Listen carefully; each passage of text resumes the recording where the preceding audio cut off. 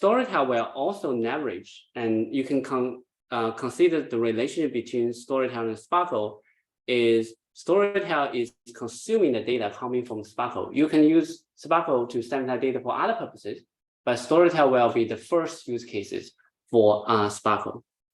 And one of the things we talk about is that when you create a virtual me, with the Sparkle, you don't have to upload the data that includes your PII into Storytell. So I'm showing one example in which that I create a test virtual me, in which that I put the content here, which includes the PII. And in these cases, is the content is Jing Conan Wang is the CTO of Storytell.ai, which includes my name, which is PII. And I write to the Sparkle.ai, which sanitize it and change my name to be Alex. So now in the system, as you can see in the backend, everything is displayed as Alex. So Alex Phillips. So this is the data what we send to all our vendors, including the OpenAI APIs or the Zillions or vector databases we're using, or any other services we're using. So in this way, we ensure no PII is sent out of our systems.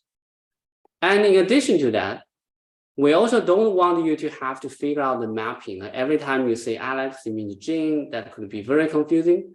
So we also implement a way in which that you don't have to worry when you use our services. So this is the chat interfaces for the test virtual me.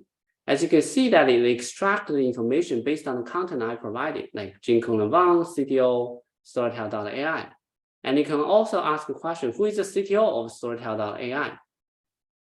And in these cases, it will say that the CTO is Jing Conan Wang. So it translates back to the data, original data, so you don't have any confusion. At the same time, whenever for the during the internal communication or the time we send the data outside, is always sanitized version. I just want to take a second to really provide context here, because this was directly based on some feedback that we got from some enterprise users. And what we really heard was what matters to us is that our enterprise data is not being sent to third-party services like OpenAI, for example. And so we've really been trying to figure out how can we elegantly enable a user inside an enterprise who's using Storytell to have a user experience that has the enterprise's real data while not sending that data out to third-party services, whether it's a vector database or OpenAI, et cetera.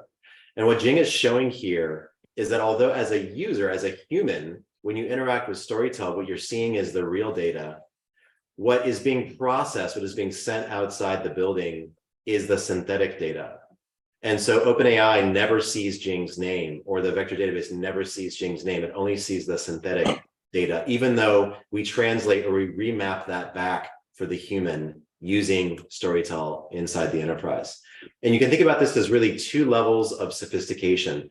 If you don't even want Storytell to have access to your real data, you would just use Sparkle to clean your data, and you would just upload to Storytell the cleaned synthetic data, and we would just treat it as the raw input. We don't even know what the real data is. Only you hold that mapping key.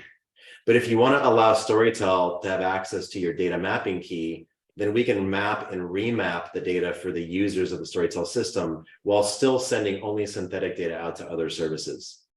So I just want to stop there for a second, because I think it's a pretty progressive thing that we're doing here. And I just want to see, A, get some feedback from anybody who is here or has thoughts about this, and then B, just get your thoughts or questions about what we're doing here.